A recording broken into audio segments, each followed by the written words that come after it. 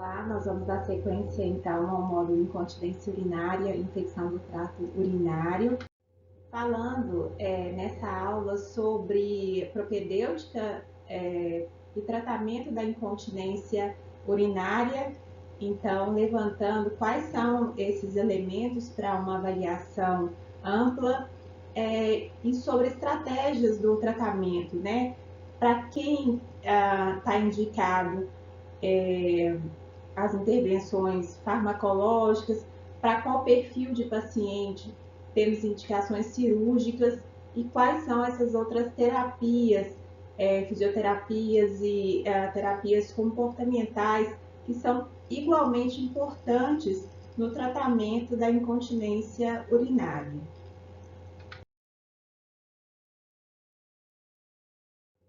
Então, nós começaremos com um caso clínico, uma paciente de 68 anos, viúva, fizemos a caracterização funcional e cognitiva, é uma paciente com independência funcional, 4 anos de escolaridade e com a cognição preservada, que trouxe como queixa insegurança com os escapes urinários frequentes, sentindo-se muito incomodada com o uso de absorventes higiênicos. Esse sintoma da paciente não é um sintoma recente, ele tem 10 anos de evolução, porém houve piora no último ano. O que ela fala é de uma sensação de urgência com perda de urina. Essa paciente ela tem 4 comorbidades: transtorno de humor, osteoporose, hipertensão e hipotiroidismo. E está em uso de 5 medicações, o que já caracteriza polifarmácia, em uso do diurético indapamida, em uso de suplementação de cálcio e vitamina D, alendronato para o tratamento da osteoporose, duloxetina para o transtorno de humor e levotiroxina para o hipotiroidismo. Ela teve 3 partos vaginais, ficou grávida 4 vezes, a menopausa aos 48 anos sem terapia hormonal e fez uso prévio com finalidade de tratar a incontinência de amitriptilina e oxibutinina.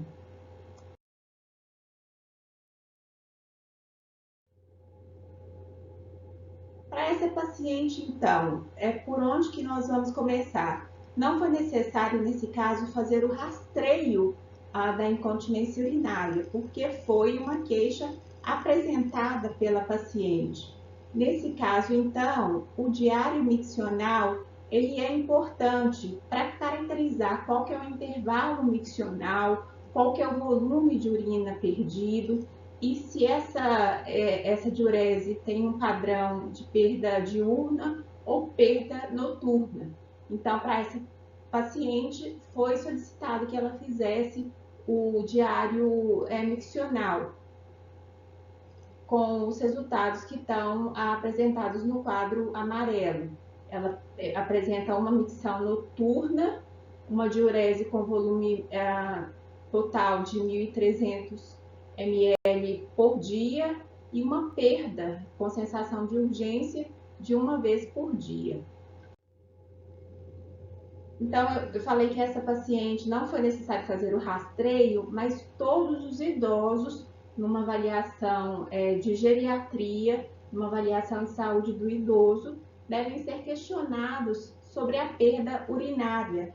E nós temos que reforçar a importância e o relato de perdas, mesmo que sejam perdas ocasionais e mesmo que seja em pequena quantidade, que muitas vezes isso vai ser negligenciado pelo paciente, né? Ele vai falar que não tem incontinência, mas quando você faz uma avaliação mais detalhada, ocorre sim perdas ocasionais e perdas em volume menor, que talvez não representem um incômodo tão importante para ele trazer isso como queixa na consulta, mas tem relevância na nossa avaliação.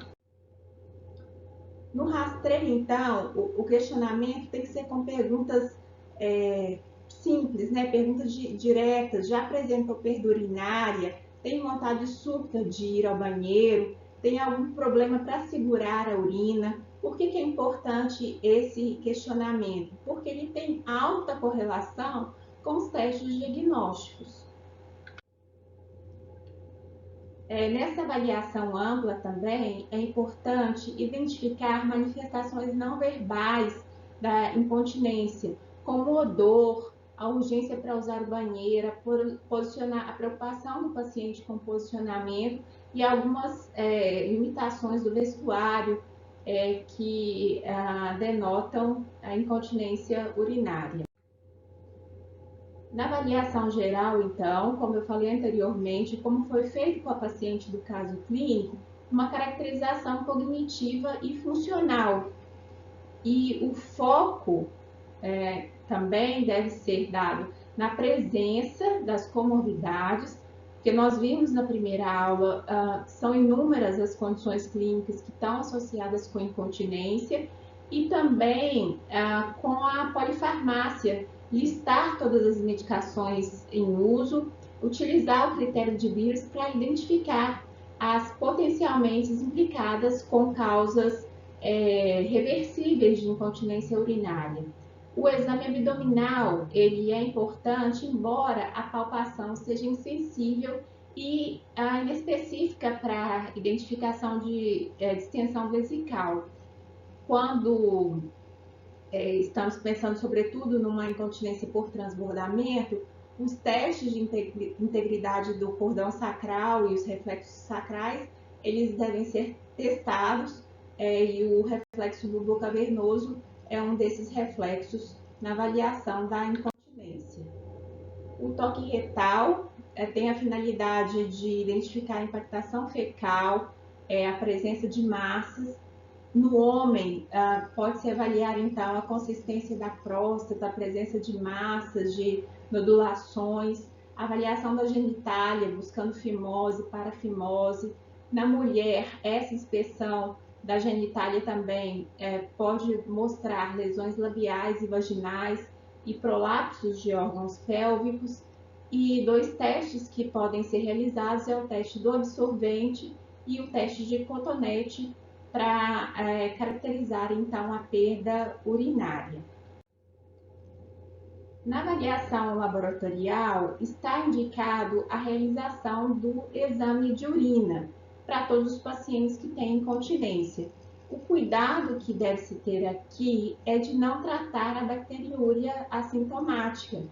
Então, a piúria não significa necessariamente um quadro de infecção urinária. Na paciente do caso clínico, ela tinha 5 piócitos por campo e uma glicose bem controlada, e embora então não tenhamos apresentado aqui o clearance de creatinina, não havia sinais de uma disfunção renal importante. Quando que está indicada a avaliação do resíduo pós-miccional? Ele pode ser avaliado principalmente com uma técnica não invasiva, que é a ultrassonografia, e ele está indicado para pacientes que têm um histórico de retenção urinária, que têm um diabetes de longa data, em pacientes com infecções recorrentes do trato urinário, quadros de constipação grave, doenças neurológicas, com bexiga neurogênica, e prolapsos de órgão pélvico ou uma cirurgia prévia de incontinência urinária. Esses são os casos, então, de indicação de avaliação do resíduo pós-miccional. O estudo urodinâmico ele também não está indicado para todos os pacientes na propedêutica da incontinência urinária. Ele deve ser considerado se a causa da incontinência é incerta, se houve falha do tratamento empírico ou se é um paciente elegível para cirurgia. Embora em alguns trabalhos eles falem que não é necessário para essa proposta de intervenção cirúrgica, em alguns casos, a realização do teste urodinâmico. Ele pode ser dispensado em alguns casos. Estratégias, nós temos diversas, que vão de mudança de estilo de vida até cirurgia, passando por terapia comportamental e o tratamento farmacológico. Em relação ao estilo de vida, o que está bem estabelecido é que perda de peso pode aliviar os sintomas da incontinência urinária, a ingesta noturna em pacientes que apresentam noctúria, porém, isso deve ser uma medida muito cautelosa em pacientes com risco de desidratação e em idosos frágeis, então não é recomendado restrição hídrica, e cessar o tabagismo também pode melhorar os sintomas da incontinência urinária. Em relação às técnicas de atraso da micção, o que se propõe então? São contrações máximas do assoalho pélvico com compressão do períneo, técnicas de distração e de relaxamento. O treinamento de hábito está indicado, inclusive, para pacientes com comprometimento cognitivo. E aí o cuidador vai definir quais são os intervalos miccionais, idealmente de 3 a 4 horas, para que ocorra alívio, então, da incontinência de urgência. Os protetores, eles estão indicados, né, como as fraldas e os absorventes, eles estão indicados quando foi impossível, né, alívio dos sintomas com outras medidas, como as medidas comportamentais. Aqui é importante orientar o paciente e o familiar sobre a necessidade de trocas frequentes, para que se evite, né, as infecções do trato urinário e as infecções da derme, as dermatites, as infecções por cândida. Então, tem que ter essa orientação bem clara e objetiva para os pacientes com relação à troca. E agora, falando um pouco das técnicas de fisioterapia, nós temos então o biofeedback, que é utilizado na incontinência de urgência, e nesses quadros, quando ele é aliado à cinesioterapia, ele pode acelerar os resultados, pode ter uma melhora mais importante. Porém, esse biofeedback, ele é uma técnica invasiva, então deve-se considerar o custo e o fato de ser uma técnica invasiva. Então, o que ocorre?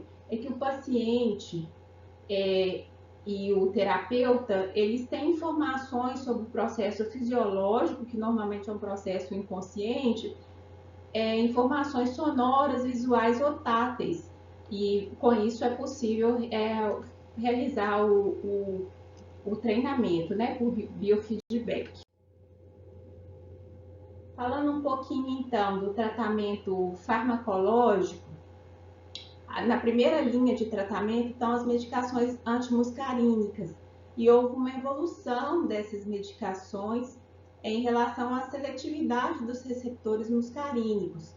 Então, nós temos os menos seletivos, que estão acima no quadro, como a oxabutinina e a tolterodina, e essas medicações muitas vezes são descontinuadas pelo próprio paciente em razão dos sintomas anticolinérgicos, como boca seca e constipação intestinal. Então, abaixo no quadro, nós temos as medicações que são mais seletivas. A solifenacina, que é seletiva para M3, então ela é mais indicada para aqueles idosos mais frágeis, né, com a cardiopatia importante.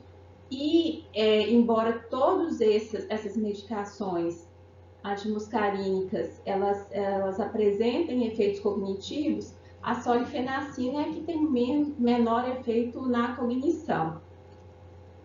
A difenacina também tem seletividade para receptores M3 e um pouco de seletividade para M1, e também, como efeitos adversos, pode apresentar xerostomia e constipação intestinal, porém, de forma menos pronunciada do que com o uso da oxabutinina.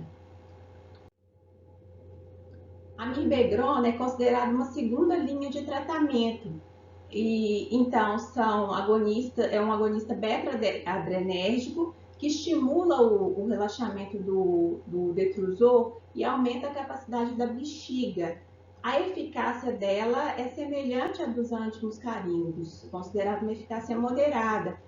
A vantagem dela em relação aos antimuscarínicos é que ela não apresentou efeitos adversos cognitivos até o momento. Então, seria uma medicação, uma, uma linha de tratamento, né, uma opção para os pacientes que apresentam déficit cognitivo. Em relação ao tratamento cirúrgico, o objetivo é proporcionar um suporte contra o qual a uretra seja comprimida durante o aumento da pressão intraabdominal. Então, nós temos desde os slings de fáscia pubovaginal até os slings sintéticos, né, midi-uretrais. Temos técnicas de coposuspensão retropúbica e também a injeção periuretral de colágeno. A aplicação da toxina botulínica, embora ela tenha uma durabilidade pequena, também tem sido utilizada no manejo da bexiga neurogênica, da incontinência do trato urinário. Eu listei aqui algumas referências. Nós teremos muitas oportunidades, então, de conversar sobre a incontinência urinária, as modalidades de tratamento, e eu vejo vocês na próxima aula, onde falaremos da infecção do trato urinário e da bacteriúria assintomática. Até lá!